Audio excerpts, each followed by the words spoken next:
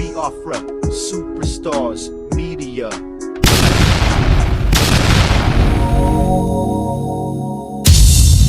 This is driven by the reason that the instability that goes with the political process is part of the reason why we're also in this mess. And other restructurings that we are proposing. I will say I am open to whatever you come up with. But that, to me, is not our main problem. Our main problem is ourselves. And until we take care of ourselves, it doesn't matter. We may have one term of 4 years, one term of 6 years, one term of 7 years. If it's the same people and the same mentality and the same way we do things, it won't change. So our beginning is ourselves, to my mind. Yes, system, yes, democracy. We have to rethink democracy. We have to rethink the form of government. What is the character of the people that are in government? With all due respect, most of them should be behind the bar. And that is the truth. Most of them should be behind the bar.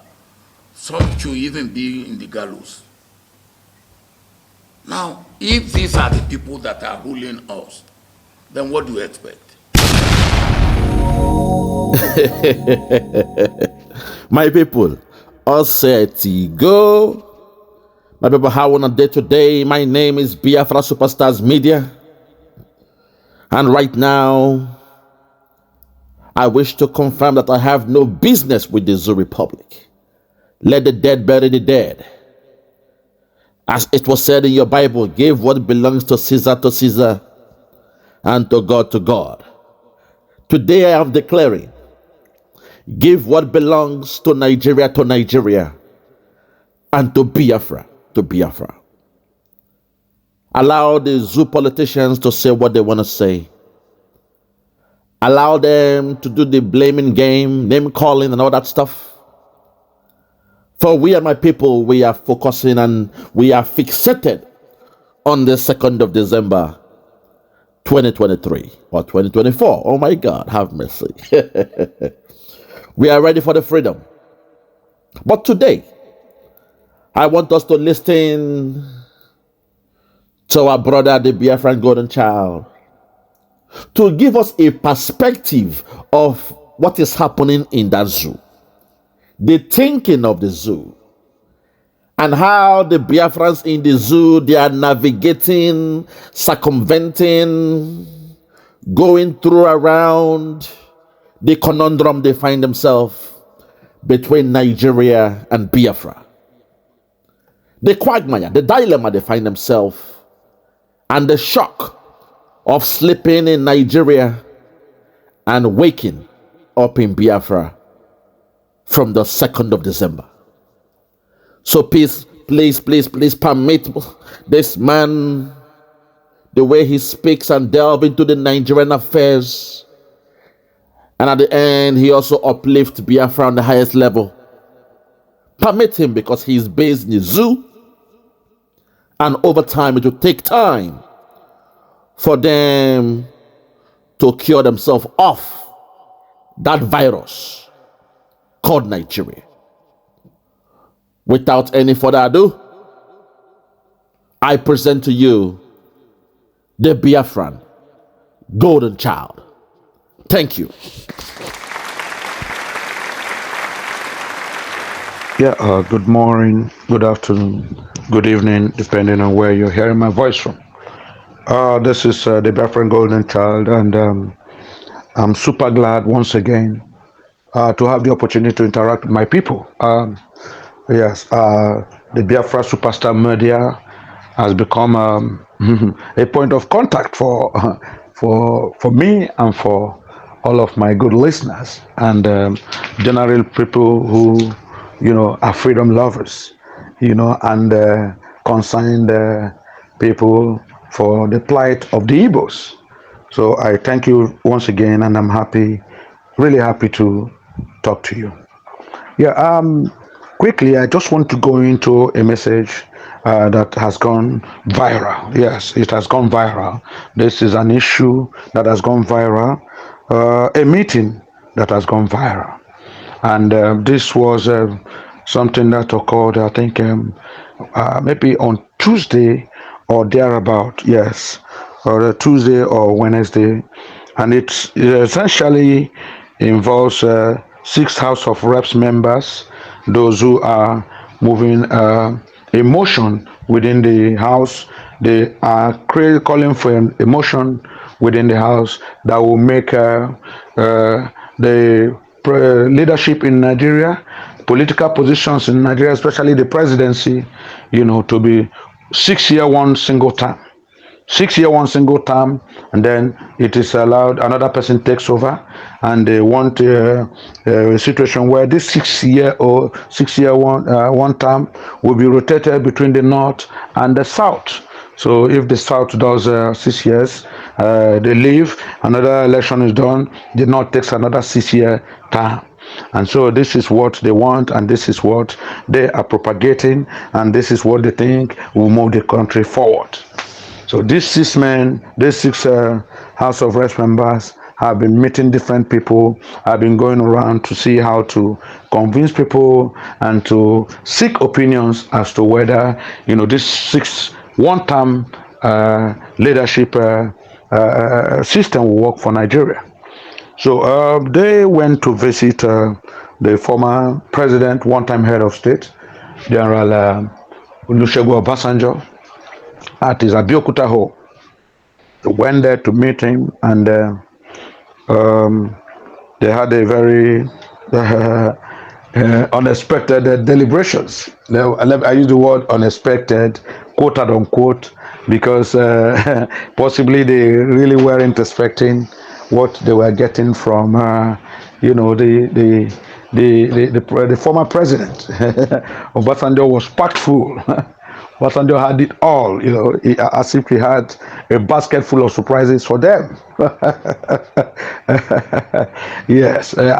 So the senator, the House of Reps members met the president, and of course there was a lot of conviviality. He received them well, and they heard them, and of course they told him their postulations.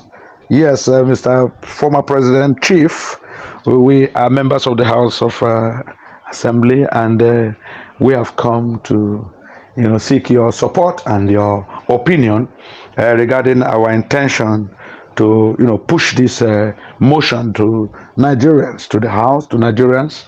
We want to see if there could be 1 year, one single term of 6 years for leadership positions, for the presidency, for governors, for this, so that as soon as you're done with your 6 years, you step aside, it goes into another, maybe it moves to another person. In the case of Nigeria, it will be rotated between the north and the south. That they think this would be it will stem a lot of things that is happening. It will make a lot of, they believe it will bring for peace, it will make each region stronger, it will make them more serious. It will reduce corruption, because if you are doing this 6 year term, you are doing it for your region. If you don't achieve, the other man will come another 6 years, and maybe he will come to concentrate on his place, and make it better. So they feel is a panacea. It's a panacea. It would fully checkmate all these things that have been happening. Bad governance, corruption, misapplication of funds, expensive political electioneering campaigns. It will help make Nigeria governable, and it will make Nigeria more stable. And so they told the former president, Chief Olusegun Obasanjo, and Obasanjo laughed and laughed and laughed. And of course, he gave them the shockers. So this is the content of my audio today. Now, Olusegun Obasanjo told them that he did not feel, while he appreciates they are taking time to visit him, he did not feel that 6 year term, 10 year term, 4 year term was the issue of Nigeria. Obasanjo told them it's not about the length of time, not the tenure.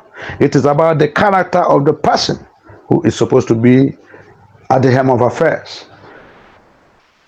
Olusegun Obasanjo told them that several of the so-called politicians, the leading politicians in this country, who are the helm of affairs, deserve to be in jails now. They should be incarcerated. They should be given even harsher punishments, including so-called incumbents currently. These are people who have, robbed Nigeria dry. These are people who have deceived the masses. These are people who have nothing to do with power.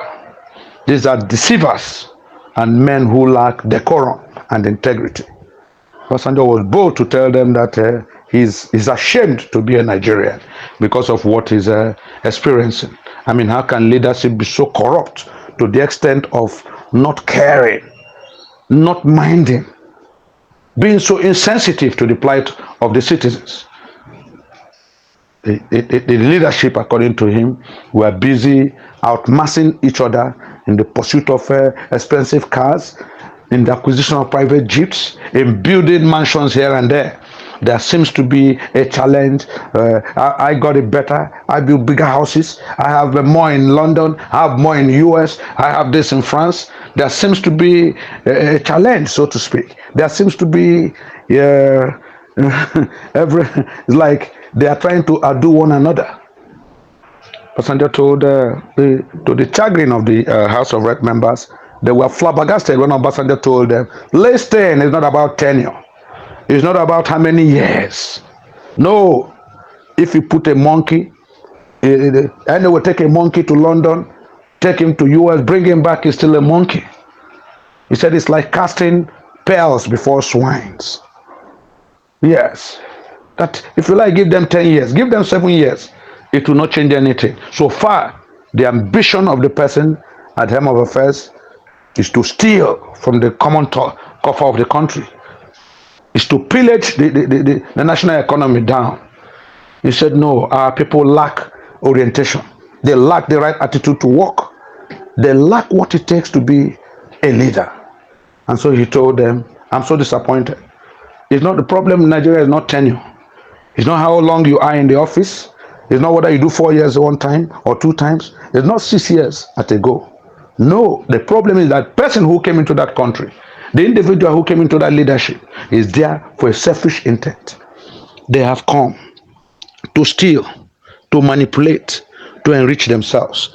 Obasanjo said what pains him mostly, why he is much more agitated, is the fact that these people have stolen what will take a generation, 2 generations, 3, 10 generations after them. What are they doing with it? He cried, he lamented. How can one man have over 50 houses in different parts of the world? In Nigeria alone, Abuja alone, within their state, they have over 20. Who will live inside? The ones you're building, buying overseas, who will live inside? The former head of state, octogenarian, was lamented. They said, it's not about tenure. It's not about tenure. It's graft. It's corruption. It's a stealing mentality, roguish mentality. So he told the House of Reps members, I'm sorry, maybe if you expected to hear differently from me, you expected me to come here and start clapping, whoa, Hosanna. You want to give 6 years, 7 years. No, it doesn't add up. It's not the years. It's not the time in office. It is what you do with the time in office. So he told them, and they were highly flabbergasted. Some of them didn't expect what was coming. And when he told them, some of your leaders, those are helm of affairs today, all around the states, even in Abuja, ahead of the country, these people deserve to be in jail. They should be serving times in jail for massive corruption, betrayal of the Nigerian masses. In fact, if there was anything harsher, any harsher sentence, they should be given such sentences. They have deceived Nigeria. They have failed Nigeria. He said none of them carried away or took, lessons from him or some of the good leaders in this country. I mean, that they created footprints, foundations, which if anybody had followed, today Nigeria would be a different place. But what do? They come without agenda. They come with no blueprint.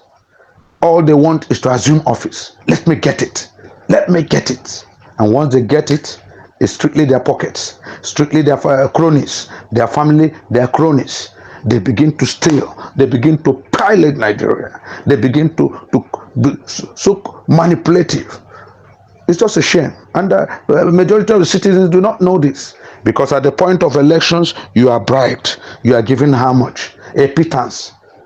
Some people are given some quantities of rice. Some are given some quantities of beans to vote. Somebody is giving 5,000 for you to vote, bring you and your family to vote for him. And at the end of the day, he has 4 years. He begins to recoup his money at every opportunity. He claims false contracts. They are building hospitals here. They are building a housing scheme here. They are building airports here. He begins to pack the money. He begins to plot how to move these funds overseas. And you that was gifted with rice and beans, you that was gifted with 5,000, you and your children live in perpetual penury. And you begin to talk of hardship, begin to talk of hard times, begin to talk of inflations in the country. He said most of these leaders deserve to be in jail or even be given harder penalties. And so it's a food of thought. I just brought this up because I wanted us to reflect briefly on it. It's a food of thought for every Nigerian. It's a food of thought for everybody, including the Igbo man, including the Biafran man. We can imagine the mentality of our leaders. We all know how the electioneering situation and processes go in Nigeria. We know the umpire, the INEC, who is supposed to be an unbiased umpire.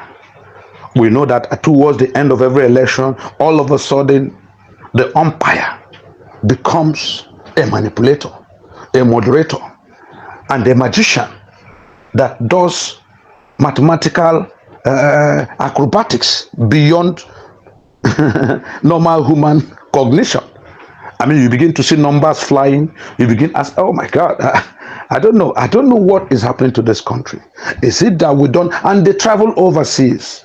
Our people go all over the world. They experience elections. Okay, look at the ongoing presidential debate in America. Presidential debate in America. Everybody is getting back by back information of how it is going. I mean, every day, the CNN, the Fox News, every media, international media is telling us how it's going. In Nigeria, everything is shrouded in mystery. Everything is manipulated. If they don't want you to know about it, they work on the power supply. The lights go off. All of a sudden, machines and electoral products will stop working. All of a sudden, even the media, the television houses, you won't get it. There will be no light. If there's no light, they will make sure you don't buy fuel at the filling station. They will block it so that you don't power your generators, so that the mathematical abracadabras can happen. You know, it's a shame. So I'm very much happy that our octogenarian ex-head of state, Chief Olusegun Obasanjo, can be bold enough to say, look, Nigeria's leadership is comatose. Can be bold enough to declare that Nigeria needed a revolution. Can be bold to declare that the leaders we so respect, the people who continue to drive this nation dry, the people who continue to be so corrupt and increase corruption, the people who have created all many problems for this country, including inflation and hyperinflation, the people who are swindling this country, depriving the right of the citizenry every opportunity and any opportunity to breathe a sigh of relief, are better off incarcerated in jails or even worse penalties. So I think it's a food of thought. Like I said, we need to look into these things. We need to see how Nigeria has descended into a zoo. The current presidential candidate of the Republican Party in the US, Donald Trump, while he was president of America, once described Nigeria as a shithole, with all due respect. He called Nigeria a shithole, that this was a place that anything can happen, any negative thing. And when he said anything negative to the highest degree, can happen. There's so much impunity. The leadership is lackluster, lackadaisical leadership, corrupt politicians, corrupt leadership. He said Nigeria lacks the capacity and capability to rule itself and to be a great nation. With all the abundant natural resources given to Nigeria, endowed, God-given natural resources to Nigeria, Donald Trump said he's shocked. The minerals, the abundant oil, the fruits, the vegetation, the climate, the weather, the people, the population, men of timber integrity, youths, educated class that Nigeria has, and yet Nigerians are still living in squalor. Nigerian leadership is still in a perpetual state of squandermanism and corruption of the highest order. He said Nigeria is a shithole. Yes, the former British Prime Minister also looked at Nigeria. He shook his head. He said Nigeria was fantastically corrupt. Fantastically. Our leaders heard this, and of course, you know, they are normal brouhaha. Why would somebody describe Nigeria like that? Who is he? I mean, we have our integrity, we have our sovereignty. Why should somebody say Nigeria is fantastically corrupt? Why should somebody say Nigeria is a shithole? I mean, we should use our diplomatic powers. We should write them strongly worded letters. We should let them know that was wrong. That statement was wrong. Nigeria is a sovereignty. You don't dare call it a shithole. You don't do this. But that's the reality on the ground. That is what it is. These people have our records. They know our leaders have been siphoning huge monies overseas. They know our leaders have been buying properties in foreign lands through cronies. They don't use their names, through cronies, through contracts that are manipulated, through kickbacks. They know your secret, and when you talk too much, they threaten you. We'll call names, we'll release names. Recently, Dubai came out, UAE, United Arab Emirates, they came out to say that they have gotten a factual list of houses bought by Nigerians in Dubai, not just houses anywhere, highbrow areas. That these houses were bought by Nigerians, and when they look at the people who are buying these things, it shocks them that such kind of people are spending such monumental wealth buying up these mansions that they rarely live in. They said they were going to call names. They said they were going to publish it. A lot of Nigerian politicians became jittery. That's to tell you the level of our descent into the highest levels of wickedness to humanity. That's what it is. That's what it is. And so, my dear House of Reps members, it's not about 6 years in office, 1 year term. It's not about today. This one does 6 years in the north. Saturn and comes, does another 6 years. It goes back to this, back and forth. No, that's not the solution. That is merely, as the Bible will say, it's a painter's sepulcher. It's just, it's a tip of the iceberg. That's not it. That's like the ostrich solution propaganda. I mean, the ostrich sees a problem and it buries its hand in the sand. It buries its head in the sand. You are seeing a problem coming. You're burying your head in the sand, and the danger is coming. Meanwhile, your whole body, gigantic body, is revealed. An easy source of, an easy source to be attacked. So let's be real. I like the words of the aged former Nigerian president, one-time military leader. For the first time, I'm highly impressed. Olusegun Obasanjo has impressed me, telling the whole world, telling our House of Reps members, our assembly members, it's not about the duration in office, no. It's not about the office itself, no. But it's about the person.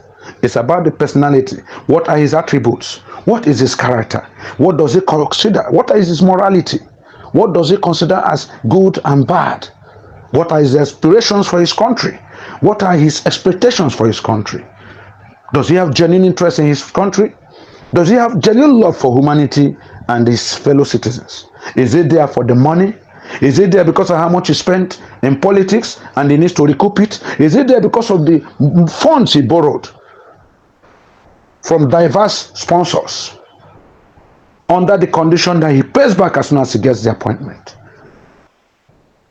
Who is the man? The problem is not the time, it is the person. And so, Chief Obasanjo, I doff my hat for you. I salute your courage to say these things. For the first time, really, I really think you have won my heart. Yes, tell them the truth. And that is what we're saying in Biafra land. That is why the average Igbo man is reluctant. We're reluctant. We are a bit, we're not particularly excited when we hear issues about Nigeria like this, because we know, as far as Nigeria is concerned, is a case of the end justifying the means. I agree totally. Every Igbo man will agree. It's not about the tenure, it's not about, but it's the person. The man who wants to be our president, the man who wants to be our governor, the man who wants to be a senator, the man who wants to be a House of Representative member. What are his goals and aspirations? What are the innate drives that propel him to want to achieve this? What are the reasons? Is it intrinsic? Is it extrinsic? What are the motivations? Is it because of the money? Is this in politics, like it's prevalent now? Is this it as a mine of wealth, a gold mine? An opportunity to enrich himself and 10 generations after. If this is the attitude, of course, it's a merry-go-round. The corruption keeps going. The inflation keeps going. The suffering keeps going. The perpetration of wickedness against the generality of the people keeps going. And that is why we are really nonchalant about issues concerning Nigeria and its politics. They should allow us, hopefully, allow us. Let us create our own routes. Let us navigate to our own, region. Let us fund ourselves. Let us lead ourselves, and let us move ourselves, to what is our own, aspirations, towards our own goals and objectives, towards the actualization of the sovereign state of Biafra. This is what we're looking forward. This is what we are hoping for. So, Obasanjo, thank you so much. General Obasanjo, former head of state. Thank you for bringing this conversation to the full glare of the public. Yes, they came to your house. They thought they would lobby you. Then you give them support. And tomorrow, they say they create a constitution. Yeah, People's Democratic Constitution, or whatever they want to call it. And they say 6-year term, 1 term. This one goes to the north, this one goes to the south. And they will begin to even perpetrate more wickedness in that regard. I think as time unfolds, we'll know if these people listen to the Octogenarian General. As time unfolds, we'll know where they are headed. But for now, ladies and gentlemen, freedom lovers, let's think of 2nd December 2024. Let nothing scuttle it. Let nothing diminish it in our minds. Let's look forward to it. It could be the breaking point. It could be the final hope. It could be an end to all this badness, or an end to all this wickedness, an end to all these insecurities that the Nigerian country has continued, to experience and to perpetrate against the Igbo man. I'm looking forward to 2nd December 2024. And I'm praying, yes, every day, that our able Prime Minister, Simon Ekpa, and his lieutenants and other freedom lovers will bring this date to success and full realization through Christ our Lord. Long live the United States of Biafra. 2nd December 2024. Thank you all.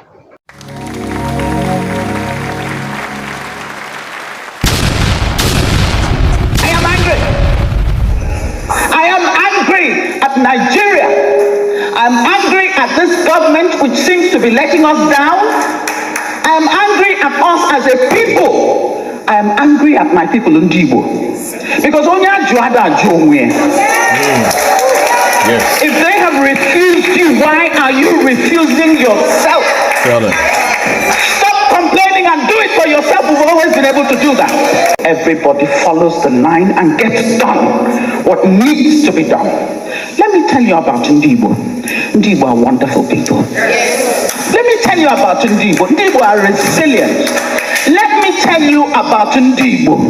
Ndibo are people with integrity, with conscience, with a feeling of humanity that they can reach out wherever they are and contribute something to that society and not care that they're not even from there. I am a proud Igbo woman. And oh yes, if there's anything you know about me as I walk into a place, know that there's nothing you can do to me in this country to bow my head. I will not do it.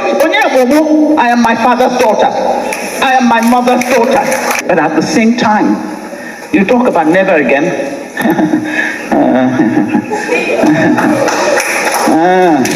But go ahead. We will not succumb. We will not bow.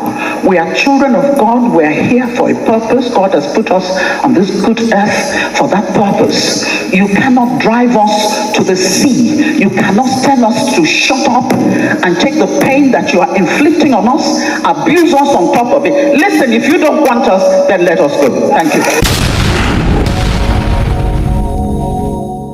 Hiyo koko, hiyo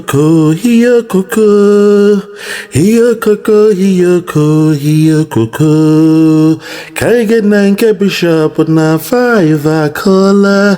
Iye ne uwe mube ferab kola ko. Wambo na fona wa unliyo. Kaige na nke bishop na 5 akola. Hiyo koko. Hiyo koko.